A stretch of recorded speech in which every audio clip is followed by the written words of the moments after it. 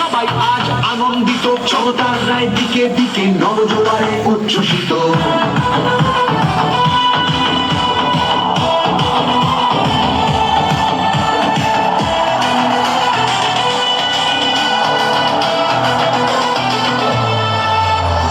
গণতন্ত্রের গণদেবতা মানুষ ছাড়া আবার কে, জনতারই রায় দানে প্রার্থী বাছাই করবে সে। তৃণমূলের নবজোয়ার জিতবে, জিতবে তুমি, উন্নয়ন হবে সবার।